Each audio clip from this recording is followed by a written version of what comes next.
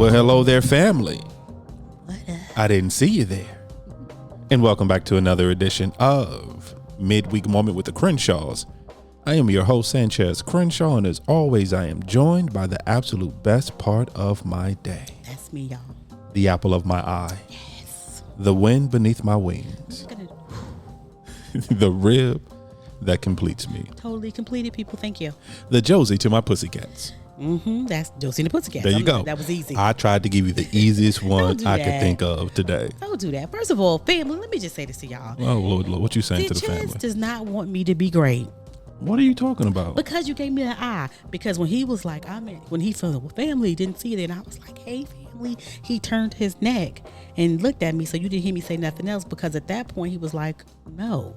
Like, I can go behind you and say something. I did not say a word. But your facial expression when you turned. I did not give you an eye. You did give me an eye. I was looking at you lovingly. I didn't feel love, baby. That's not my fault. I did. That's not my fault. Whatever love you were trying to give, it was not That's radiating not my fault. over That's not here. my fault. That's not my fault. You didn't let me. All I can control is my response. I can't control how you take it. Whatever. Hi, family. What is going on, guys? What is going on? I am Angela Crenshaw, the best host of the Crenshaw Corner. What? What Is that really what we're doing right now? No, I just needed Amber to know that because she's out of control. Oh, wow. That's for you, Amber. Is that how you doing I'm it? the best Crenshaw of this family. I'm Thank you just very saying. much. But carry on, babe. All I'm saying, the family has spoken, and that's not what they say. That's all I'm saying. Look, Morgan is not the best Crenshaw. I'm not throwing no shade nowhere, but all I'm saying, the family has spoken. And the family said what? And that ain't what they said. What they say, baby? What I'm saying, I'm looking at the numbers. I'm looking at the polls. We putting polls out there. I'm looking at the polls. The polls say. I'm saying that, like, the male Crenshaw is like taking it. Like, he is like well in the lead, the male Crenshaw. That's the poll that you took? Yeah, the one I saw. Okay, go ahead. The male Crenshaw is like so far. It's like lapping the field. And then the little young girl Crenshaw, she coming in there somewhere. And then there's you.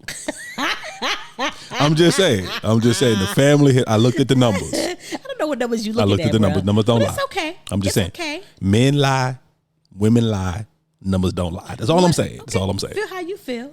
Because some of y'all need to be boasted up. That's why the family probably trying to boast y'all up. But I'm confident in who I am. But carry on. Hey, I am confident in who you are too. Let's house clean, babe. Let's house clean. Let's house clean. House clean. Family. For our new family members, welcome. What's up? However you're listening, whether it's on iTunes, whether it's Podbean, whether it's Spotify, whether it's Google Play, whether it's Amazon Music, iHeartRadio, or on our own personal website at www.thecrenshawcorner.com. Yes. We welcome you. Welcome you, family. Now, what does it take to be a part of the family? Listen. You done it. You did it. You listen. You officially.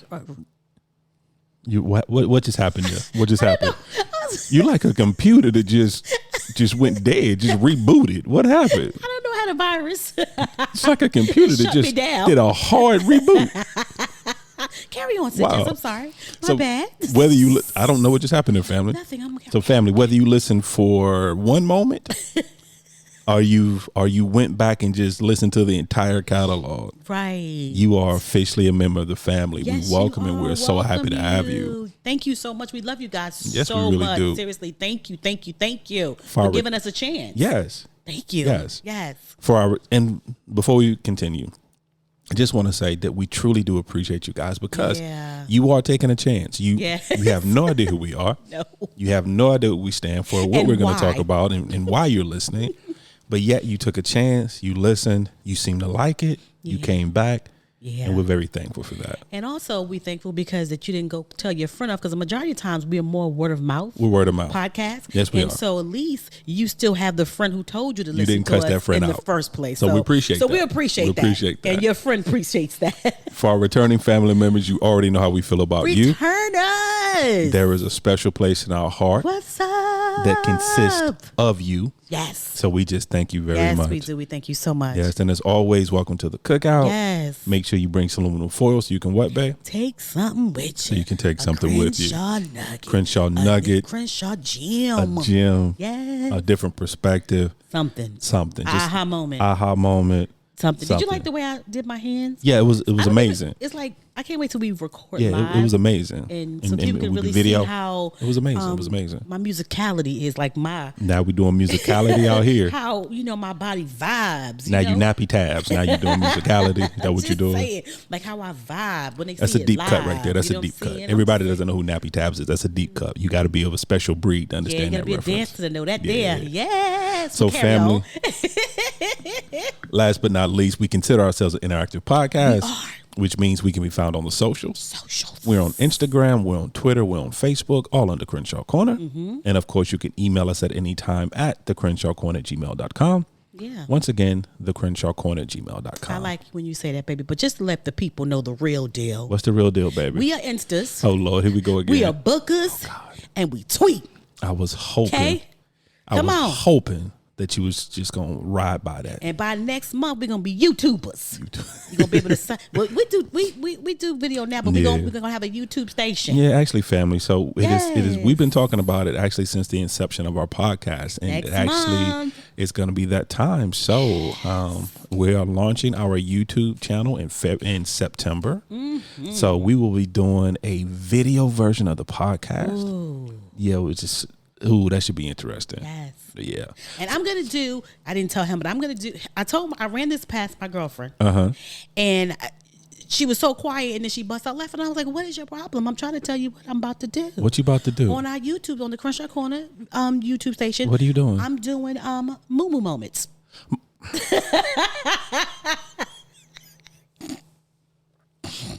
I know what it is. What you trying to do? Because I keep telling the family I'm a Christian. You trying to pull me out of my Christian character. No, what I'm going to do is moo moments. I love it. I'm going to have what on. the heck is a moo moment? See, when y'all hear moo, y'all get your mind all crazy. Because Sanchez always, and a lot of people, older people, seasoned people, they. The muumuus, the long the dress, house dresses, the house dress is called muumuus. The muumuus, and I have a lot of muumuus that are beautiful, like African print. They're gorgeous. They're just beautiful. The bed skirt that you just took off the bed and wrapped around yourself and said, "Here go a dress." Not a bed skirt. You did. Hater. He's a hater. You went back to your childhood, but instead of cutting holes in the sheet for eyes, you just cut a neck hole in the sheet and just threw it on yourself and said, "Here." Well, anyway, I love muumuus. Sanchez, as you can see, doesn't like them as much as I do. Not the sexiest thing in the world is all I'm saying. Oh no, some of them are very sexy. You don't pay attention. You're not the way it clings, the way it flows. First of all, it don't cling. It don't cling to nothing. It don't. A muumuu is the closest thing to wearing clothes and yet being naked at the same time because it ain't touching nothing. Listen, I'm just saying. So I'm doing muumuu moments where I'm gonna have on one of my favorite muumuus. Moo moments. Oh and my a cup God. of tea. And I'm going to give the Crenshaw family my thoughts for a moment. Okay, yeah, I'll record that. Yeah, thank you. I'll record it. Oh, my God. Anyway, family, so... Please be ye excited about the muumuu moments. Thank y'all. Yeah, so we you learn... and my friend are very disrespectful. So, y'all family, we together learning new things out here. We learning new things together. You don't like okay, if you don't like muumuu moments, what should I call it? I mean, there's... A moment in the muumuu? Wow.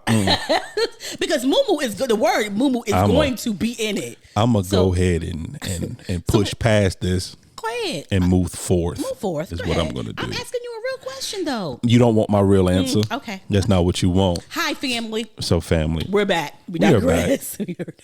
We are not going to be before you long. Look out for muumuu moments. I don't... I'm not going to keep saying this in the public airways. So, family, we're not going to be before you long because we're actually going to do our best to keep this a true midweek moment. It's already 15 minutes, baby. That's your fault. We 72 minutes into the opening. That's your fault.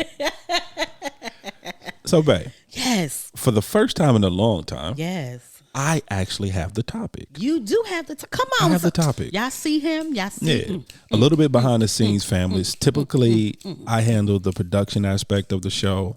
And my wife handles the content aspect of the show. I wish they could see me doing this. Though. I'm glad they can't. They would call somebody because they think you're having a seizure. All the single ladies. All the single. Okay, but you ain't single, heifer. I'm singing the song because that beat, the vibe, the dancing. But you're happy talking about all the single ladies, heifer. No, you ain't single. No, baby, it's the dance part. I tried to find a song that would go with my vibe. I was giving off. Is that really a dance?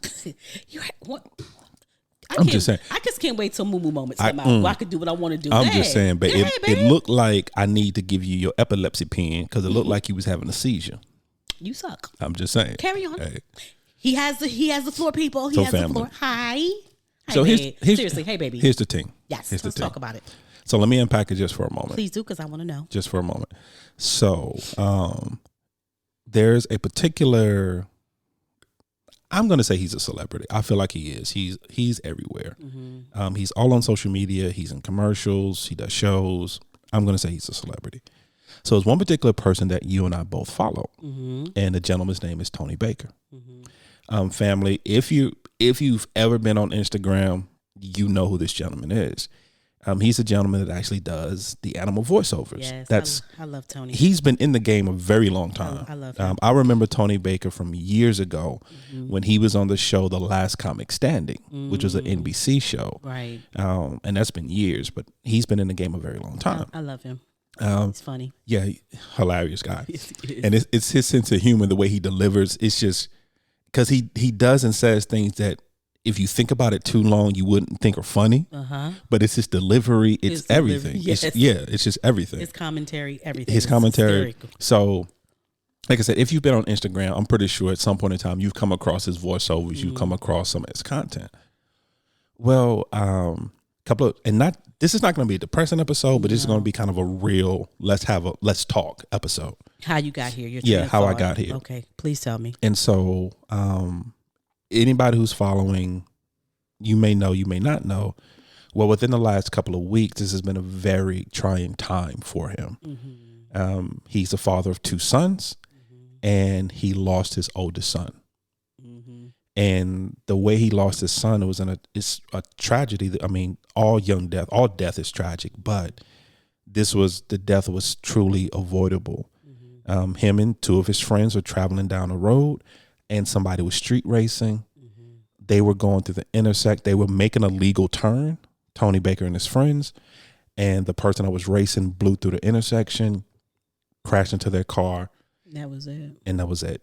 Basically, the impact of the collision was so impactful that the car that they were traveling in split in half. That's how hard the other car hit their car.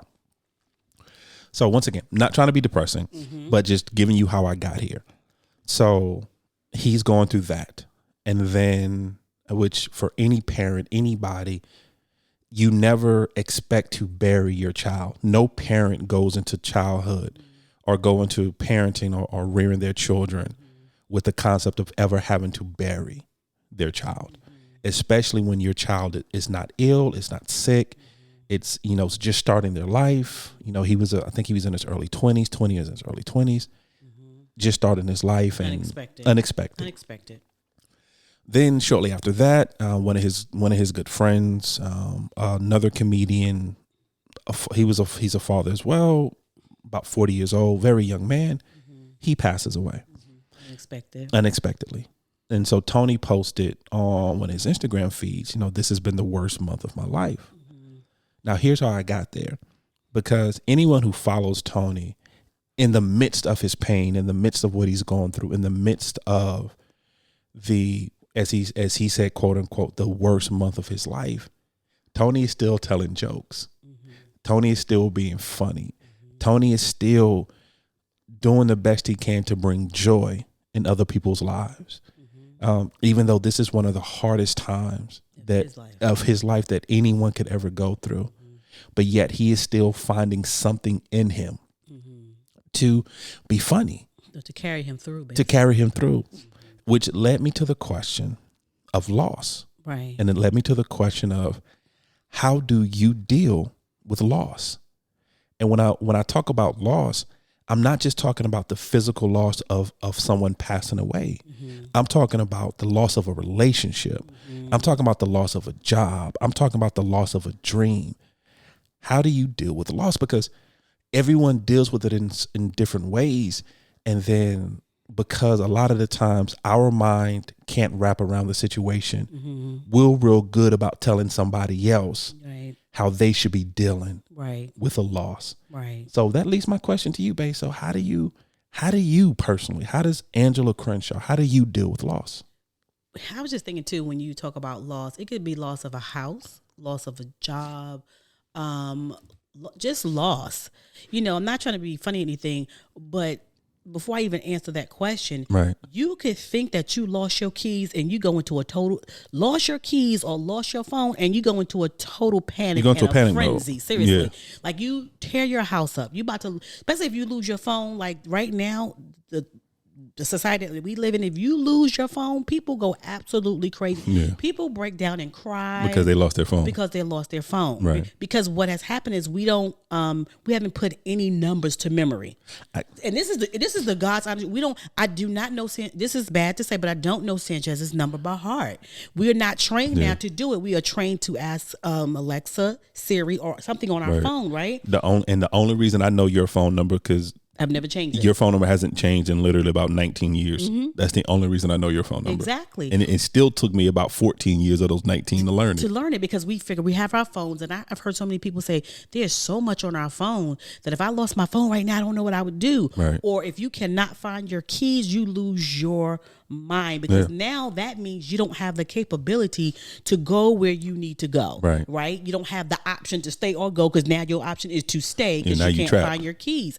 And so so you're kind of like trapped in the house. Lord have mercy with your kids. But anyway, so that's a different conversation for another time. It is. So when I think about loss, when we're talking about, so basically, like Sanchez, it don't have to be that extreme loss, but just a loss in general. For me personally, when I lose, if I've lost something, I go to what I know. What is that? Helping other people. I don't grieve well. Okay. I don't care if I didn't grieve well when my dad passed away. I don't grieve well, and I actually don't grieve until maybe a year after. I didn't grieve my dad till maybe almost a year after. Yeah, it's about because that. I was in make sure my mom and my brother and my family mode. Let's take care of that. Losing anything. So for me, I go into taking care of people or helping people. That's the mode that I go into until one day I'm sitting down and it hits me that this loss has happened. Not trying to be funny. I've never lost a job. First of all, I normally give my pocket. You give them away. You don't lose a job. You give the job back. See, I like to help people. So I figure, let me come up out this seat that I'm in and give it to somebody else who really wants this. So when I think about loss, the only thing I can think about loss is personal loss in reference to family members.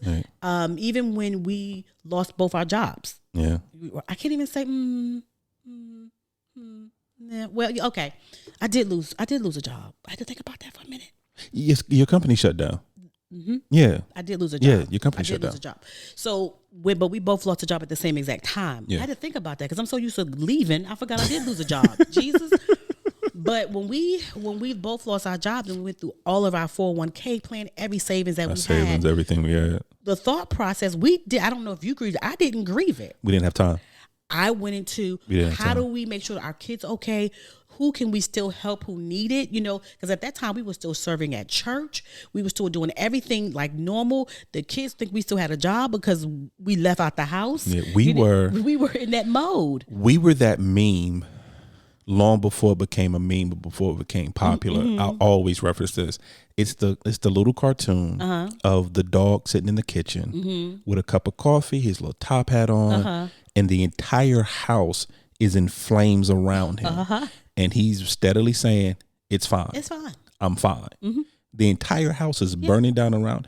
And that's how I was during that time period that you were speaking to about with us, with the Crenshaws, when we had all 4 kids in the house. Mm-hmm. And I think we had someone else's kid in the house at that time. Our godson. Mm-hmm. Yeah, we had our godson in the house at that time. And, you were out of a job. I was out of a job. We were going through savings. Mm-hmm. And the crazy part is that during that time, no one knew. No one knew anything. The entire house was burning down around us. No one knew. We had lost jobs. We had lost income. We had lost finances. We had lost savings. I mean, we was losing. We were losing. And I'm sorry, let me cut you. Go ahead. No, I'm just saying we were losing and no one knew. And all we knew was to keep serving at church, keep helping people, still, helping, encouraging people, still make sure that our kids, make sure that everything was okay. We were in that place. So when it came to loss for us, I know for me personally, all I do is keep going.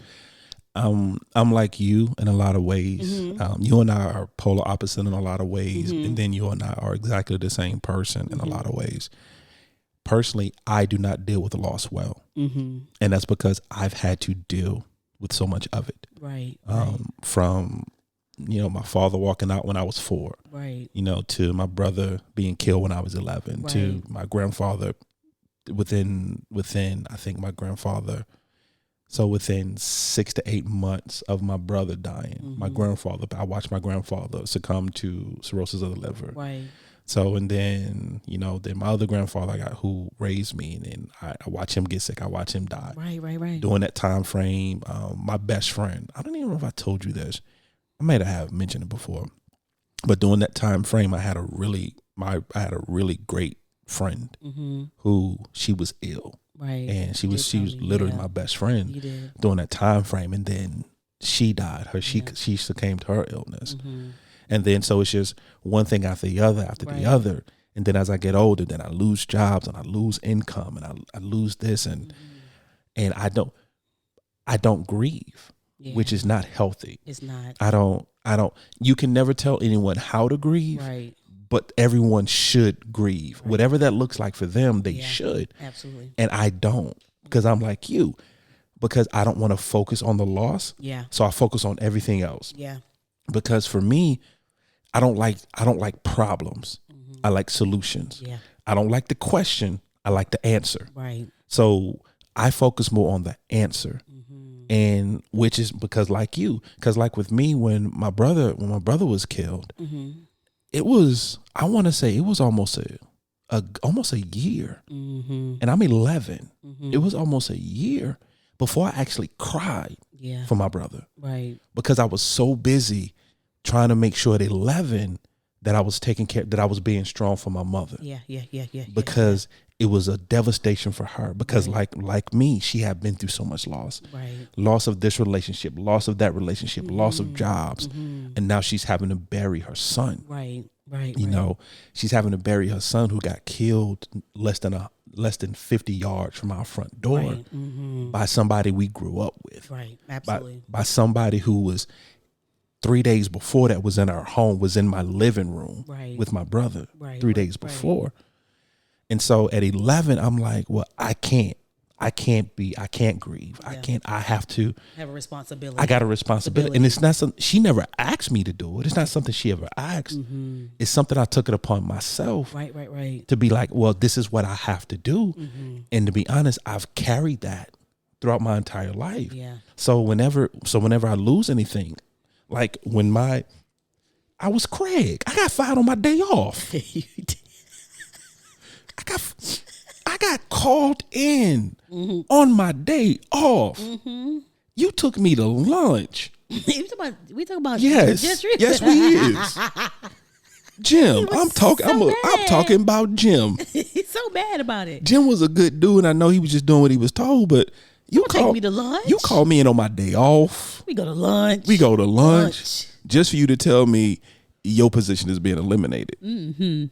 So, but like I said, for me, I don't deal with loss well because I don't process it. Yeah. I move on from it. Right. Never processing it, never dealing with it. Right. I just move on from it. And then like anything else, it doesn't go away. Yeah. And here's the thing about it.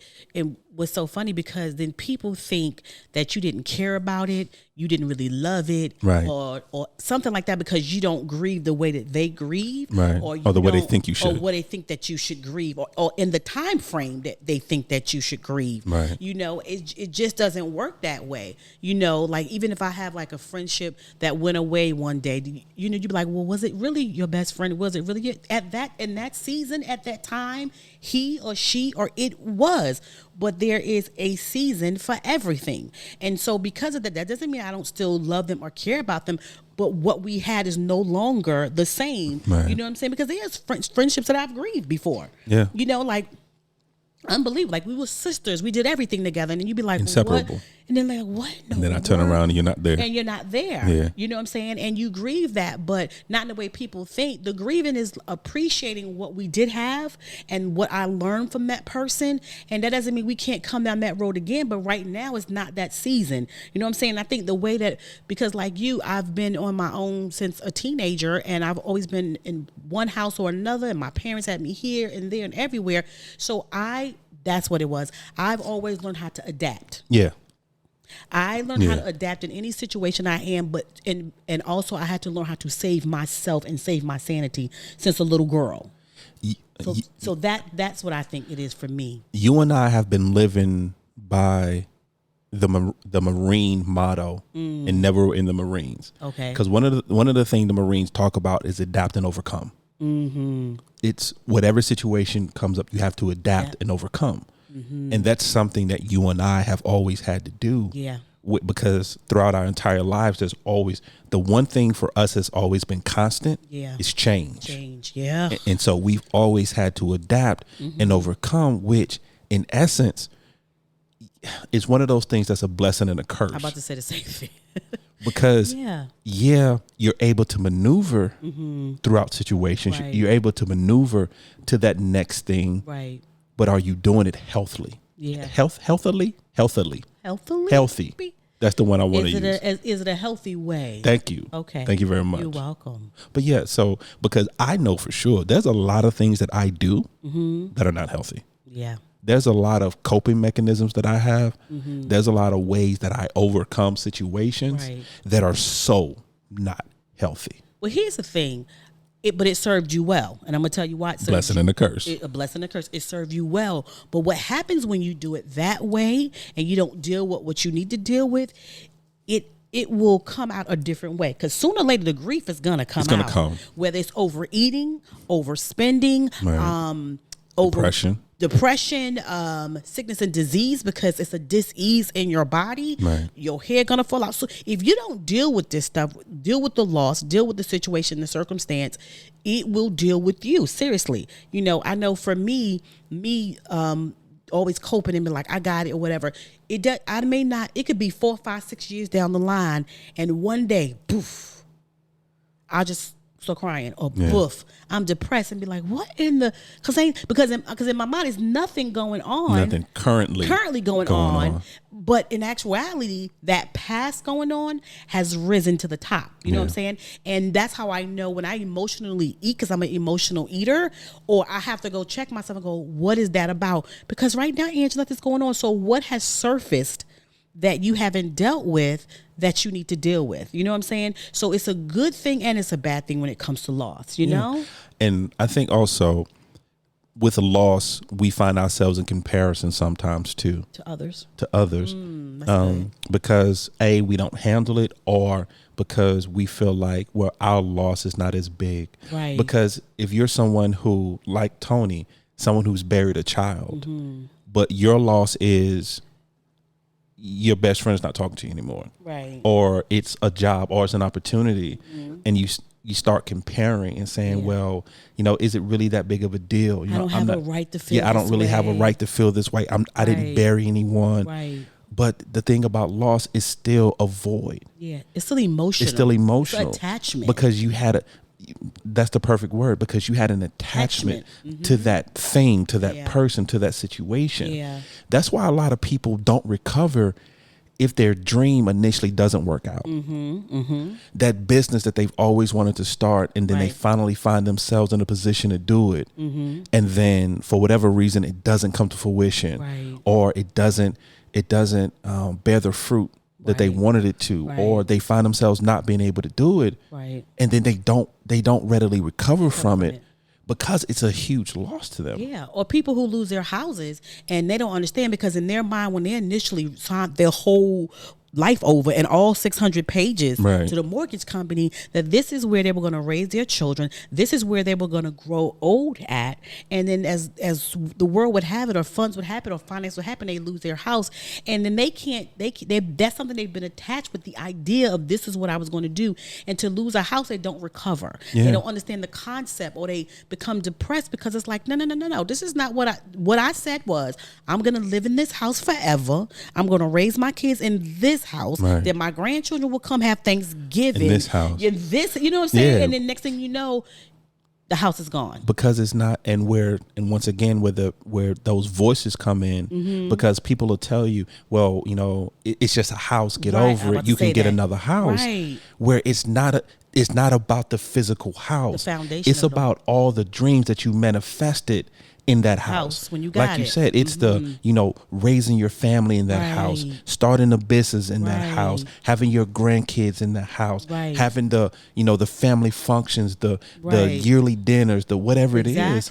Now you find yourself losing all of those dreams. Not just the house, but you're losing all of those dreams. All the dreams you built into that house. And that's why you have to. And I think the main reason I wanted to have this conversation was to get to this particular point. You have to be careful in how you tell someone else how they should be reacting to a loss. Because it's so dangerous when you do that, because you don't know what's all been tied into it. Because it's easy when it's a person. When you lose a person, it's easy to have that empathy. Because that person is no longer there. But when we're talking about an idea, when we're talking about something that's theoretical. The idea is one of the greatest things you can ever have, when you're talking about that, one of the things, that you'll find out is that if you ever want to break a person, you get them to the point that they don't dream anymore. Or hope. That's the biggest thing. If you ever want to break a person, the first thing you do is you break their hope. Because once they stop hoping, they stop dreaming. Once they stop dreaming, they stop trying to figure out a better way to do things. And basically, they've lost their hope. Yeah. They lost what they believe in. And so you have to be careful, because I'm pretty sure there's been a lot of people that's been telling Tony, and I say his name like I know him and I don't, but I'm pretty sure there's a lot of people that's been telling him, you shouldn't be doing it this way. You shouldn't still be telling jokes. You shouldn't still be posting on social media. You shouldn't still be doing these things, because they don't understand, well, you just lost a son. How could you still be doing these things? But what if those things that we do, not just him, but anybody, those things that we do right now for this season is therapeutic for us. It works for us. It is for us. It's not for the world, but it's for us. It's for us. It's for our mindset. When you were talking, I was just thinking about like for boxers, and they'll be like, why is he so mad? It was a fight. He still got $50 million. He lost. No. I put in all my sweat, blood, and time. I've trained for 9 years. I did all these things just for this fight. So where you may think it's just a loss and it's just a fight, that is not what it was to me. It was me not sleeping at night. It was me my body hurting and aching every night. And pushing through the pain. Getting the ice baths every night. It's not about the 50,000 or the 50 million. Sacrificing relationships. Exactly. Everything for this fight. Kind of like the Olympics. I sacrificed everything for this 10 minutes or this 6 minutes. For 30 seconds. Yes. And I did this for 6 years. So when you tell me it's just a loss, it's not a big deal, you don't know what I went through. Right. So a loss is not a loss for everybody the same way. Yeah. You know what I'm saying? And so I think that people need to understand that. And I think the great part about having this conversation, because right now with the world being turned upside down again for different reasons in other countries, between fires and everything else, and then COVID is raising with a whole new level of, again, people feel like they're taking another loss. Right now people feel like, I was able to go outside, and now you telling me. And now you telling me I can't go back outside again. You taking back the very thing that I had, and now people are getting very depressed about that. People are getting very scared about that, And then there's some people who said I have peace with it. And the reason why I have peace with it, before this happened, I didn't know. I was going into the unknown, right? But now that I know what it could be, I have more peace with it. You know what I'm saying? And I just think that this is the best time. So I'm so glad you did it, to talk about loss, because right now people not only feel losing loss, but they feel lost. Yeah. If that makes sense. You know? It makes perfect sense, because there are so many people who they have that type of personality where they have to have their plan. It has to make sense to them. They have to be able to check that to-do list. Yeah, check that box and know how they're navigating from point A to point B. And in the current climate that we're living in, that ain't it. That's not necessarily the case, where you're not able to do that. And like you said, one of the best things you said is that because now we're walking into so much uncertainty. And like you said, a lot of people are feeling lost. Which if you've ever been lost, if you've ever been somewhere and you don't know where you are, you know how disorienting that is. I cried. And how I was uptown, called Sanchez. I was lost because they made a mistake and had a detour sign. And I remember how I used to go one direction every single time to go where I was going.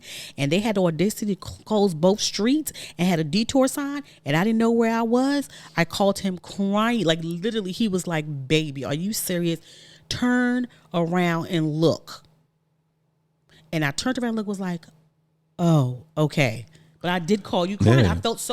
I felt uneasy. I didn't feel secure. Yeah. I just didn't know what was going on. It's so much emotions that go with the feeling of being lost. It's so many emotions that go with that. So much fear, so much anxiety. It's so much. And now picture that every day. In every situation of your life, you're feeling that way. Yeah. And just trying to figure out, how do I cope with it? How do I find my center? Yeah. You know, the old nautical, how do I find my lighthouse? Yeah. You know? Because this compass is broke. Yeah, because this compass is broken right now. How do I find my lighthouse? This compass is broke. And I think that brings it back to understanding that the way that you would have dealt with loss before is not how you're going to deal with loss now. Yeah. And I think that's another thing that we put too much what's the word I'm looking for, baby? Too much pressure on ourselves. Right. Like in our grieving, we may be grieving and be like, but last when so-and-so did this, I grieved, I cried, I ate ice cream, I just, you know what I'm saying? And then the next time something happened, you're like, okay then. Yeah. You know what I'm saying? And then you feel bad like you didn't love the other person the way you love the other person, but everything is different. Everything is different. And we evolve and we grow. We become different. Yeah. You know? We should be. Yeah. But that's what I wanted to do, but I just wanted to have that conversation with you. Did I give you what you needed, baby? Always. I did. You have in 21, almost 22 years, you have never not given me what I need. Thank y'all. So I appreciate you. So family, hopefully it made sense. Hopefully it makes sense to you. Hopefully you got something out of it. Hopefully you got a nugget out of it. Yeah, we'll see how it goes. So too, but also just know that if you're lost, give yourself some grace and space. Yeah. You know, and if you've lost someone, give yourself some grace and space, and that the way that you may have done it before is not the way that you're doing it now. I think right now what I would say to everybody is to just breathe. Yeah. Just breathe. That's my final That's your final thought? Yeah. My final thought is going to be, give yourself permission to grieve. Whatever loss it is. Yeah. Whether it's a loss of a person, a loss of a loved one, a loss of a relationship, a loss of an idea, a loss of a dream, a loss of a job, whatever it is. Whatever loss that you're currently going through, whatever loss that you're facing, whatever loss that you faced. Yeah. Allow yourself permission to grieve and do not put a timetable on it. Nope. Do not say, well, we're in 6 months, 7 months, in 3 weeks, I should be okay. No, that's not how it works. It doesn't work that way. Give yourself permission to grieve and give yourself permission to take as much time as you need. Family, we thank you. Can I just say this? And Go ahead, please. The right to grieve the way you want to grieve. Right. Crying may not be the way that you want to do it. Depression may not be the way. Give yourself the right and be okay for the way that you want to grieve and the way that you're built to grieve. Right. Yeah. So, family, we thank you for listening. We do. As always, we just love you. Yes. However you're listening, whether it's on iTunes, whether it's Podbean, whether it's Spotify, whether it's Amazon Music, whether it's Google Podcasts, whether it's iHeartRadio, or on our own personal website at www.thecrenshawcorner.com. We thank you so much. As always, we can be found on the socials. We're on Instagram, we're on Twitter, we're on Facebook, all under Crenshaw Corner. And of course, you can email us at any time at thecrenshawcorner@gmail.com. Once again, thecrenshawcorner@gmail.com. And as always, family, welcome to our journey. We love you guys. Bye.